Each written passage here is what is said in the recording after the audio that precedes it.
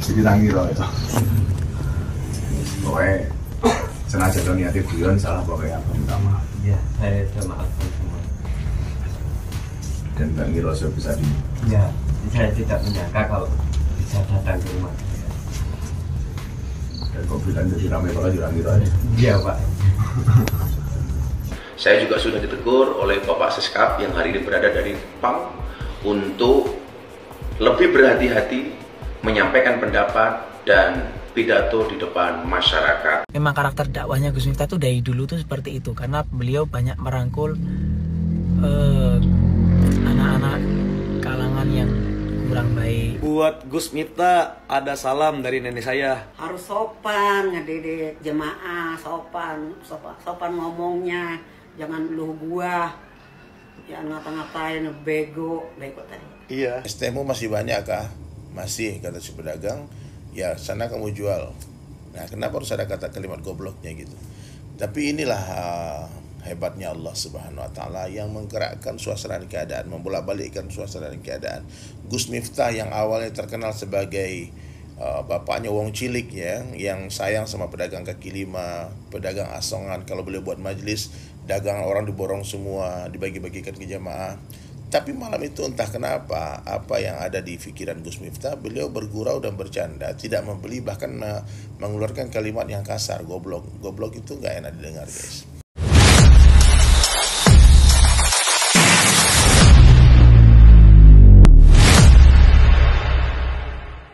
Memang karakter dakwahnya Gus Miftah tuh dari dulu tuh seperti itu, karena beliau banyak merangkul anak-anak kalangan yang kurang baik dirangkul. Jadi metode dakwahnya beliau seperti itu. Satu lagi, beliau tuh kalau memberi kalimat-kalimat seperti itu tuh kalimat-kalimat spontan. Gus Miftah ada salam dari nenek saya. Apa mak? Kalau ceramah harus sopan ngedidik jemaah, sopan ngomongnya, jangan lu gua, jangan ngata-ngatain bego tadi. iya. Ngata-ngatain bego, malu orang. No. Jadi Orang udah tua dibego-begoin. nah dengerin ya Gus. Jangan suka merendahkan orang lain di depan jamaah. Oke?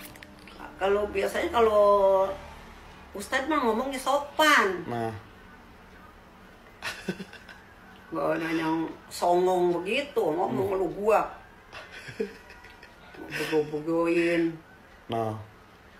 Dengar Gus. Lu sebenarnya ulama apa dukun? Udah ya, makasih. Guys, gua mau kasih pendapat gue nih ya soal berita ini. Nah, kalian tahu gak? Gue itu dulu pernah jadi supir Uber. Ya dulu ada Grab, ada Gojek gitu kan, ada Gokar. Gue pernah jadi supirnya Uber. Ya, selama 3 bulan waktu gue belum dapat kerjaan. Gue pernah bikin catering buat anak sekolah. Terus apakah itu pekerjaan yang rendah? Hah? Gue pernah loh jadi supir Uber. Dari pagi sampai malam, Pernah gue. Ya kan, seorang perempuan. Udah gitu gue pernah bawa satu mobil isinya laki-laki semua. Udah deg-degan gue. Ya kan? Isinya laki-laki semua. Nah. Ya tapi kalau kita orangnya baik, kita percaya, Tuhan juga pasti akan mengirimkan orang-orang baik juga buat kita. Gue narik Uber sampai malam. Ya kan? Selama ini aman-aman aja. Gitu loh. Ya, jangan pernah merendahkan pekerjaan apapun. Jangan pernah merendahkan pekerjaan apapun. Lo gak akan pernah tahu ketika Tuhan udah menjamah, ketika Tuhan udah mengangkat derajatnya, lo gak akan pernah tahu. Ya kan? Nih ya, apalagi pembuka agama, apalagi nih pembicara yang ngomong.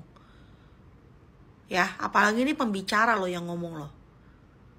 Ya guys, kita jangan pernah merendahkan pekerjaan apapun. Pekerjaan apapun jangan pernah direndahkan. Ya, selama pekerjaan itu halal. Gitu. Oke? Kenapa ya orang rata-rata kalau udah berduit sombongnya itu luar biasa? Aku nggak ada komentar tentang acaranya ya. Aku cuma mau bilang, aku kasihan kali lihat bapaknya itu di situ. Dia di situ berusaha, bukan mengemis. Bapaknya di situ diolok-olok, dibilang gop. Aku nontonnya aja pun aku sedih. Gak bisa aku bayangkan kalau seandainya aku yang di posisi kayak gitu, aku dipermalukan depan umum kayak gitu. Kalau memang gak bisa kau borong minumannya, lebih baik kau diam. Diam adalah emas. Jangan karena kaya ada posisi. Jadi tangi loh itu. Pokoknya sengaja lo niatnya guyon salah pokoknya apa minta maaf. Ya, saya sudah maafkan semua. Dan Mbak Miro bisa di. Ya, saya tidak menyangka kalau bisa datang ke rumah saya. Dan kok bilang jadi ramai banget di Miro aja. Iya Pak.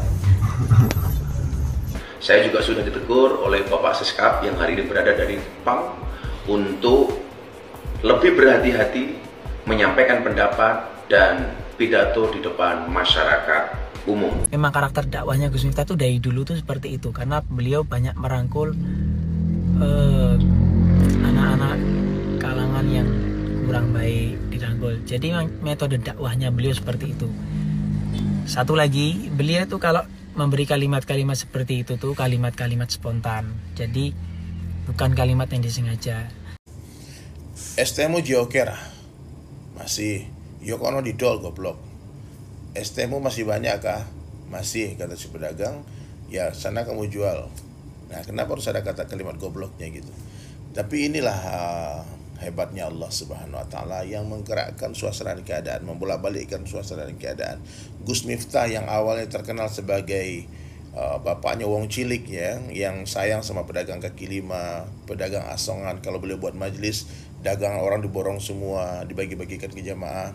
Tapi malam itu entah kenapa, apa yang ada di pikiran Gus Miftah, beliau bergurau dan bercanda, tidak membeli, bahkan mengeluarkan kalimat yang kasar, goblok. Goblok itu gak enak didengar guys.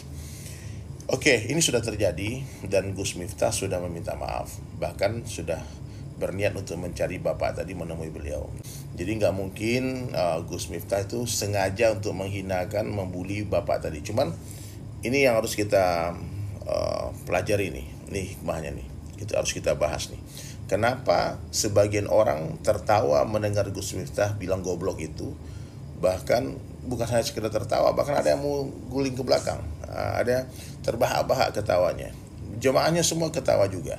Yang tidak tertawa cuma si bapak dan seluruh netizen. Kenapa? Karena itu potongan video dan kita nggak connect dengan Gus Miftah waktu itu. Jamaah yang ada di panggung dan di bawah panggung itu ibarat orang nonton konser.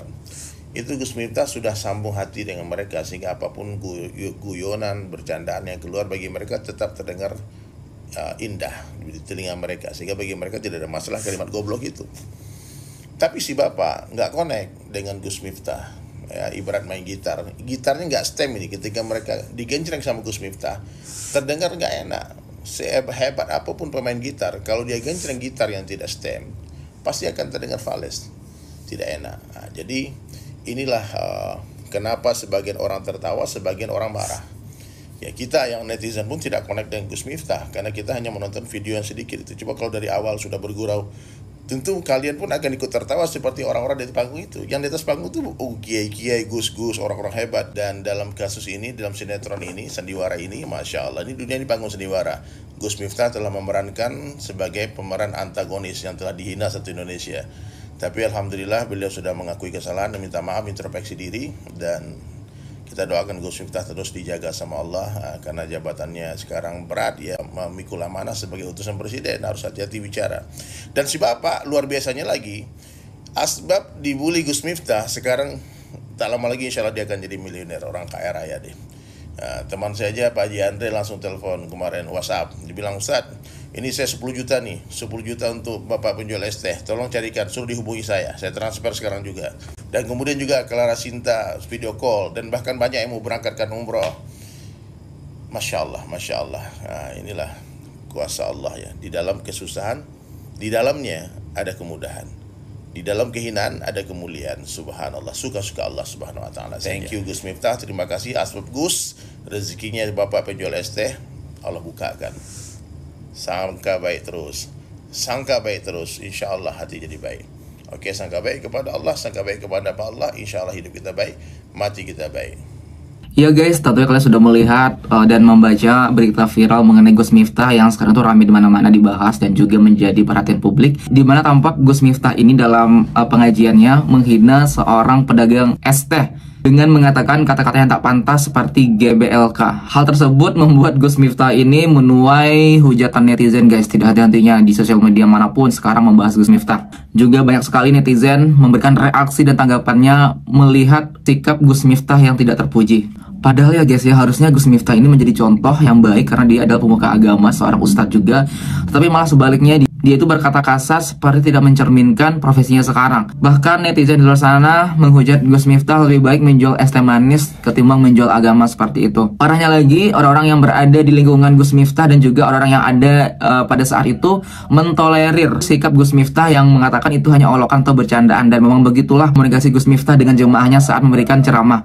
Hal tersebut tidak masuk akal ya guys dalam logika kita, karena harusnya pemuka agama itu atau ustadz dengan santun memberikan ceramahnya agar dapat diterima di semua kalangan. Tetapi yang dilakukan oleh Gus Miftah ini sangat disayangkan dan menurut saya tidak bisa ditolerir lagi ya guys ya. Jadi wajar saja jika saat ini beliau menerima hujatan dari netizen yang tak henti-hentinya dan juga mungkin mendapatkan sanksi sosial seperti itu. Dan juga dengan dihinanya seorang bakul es tersebut di acara pengajian Gus Miftah, semoga bapak yang dihina itu tetap semangat, sabar dan juga mendapatkan rezeki yang lebih banyak di luar sana. Karena bapak tersebut terlihat dalam video juga sangat-sangat sabar dan hanya tersenyum melihat hinaan dari Gus Miftah ini seperti itu. Guys, jadi itulah berita terbaru mengenai berita Gus Miftah yang sangat ramai dibahas di sosial media saat ini. Lantas bagaimana kalian melihat dan menanggapi hal tersebut? Silahkan berikan komentarnya di bawah ini sebanyak-banyaknya. Kami dari YouTube Biasa TV mengucapkan terima kasih dan sampai jumpa.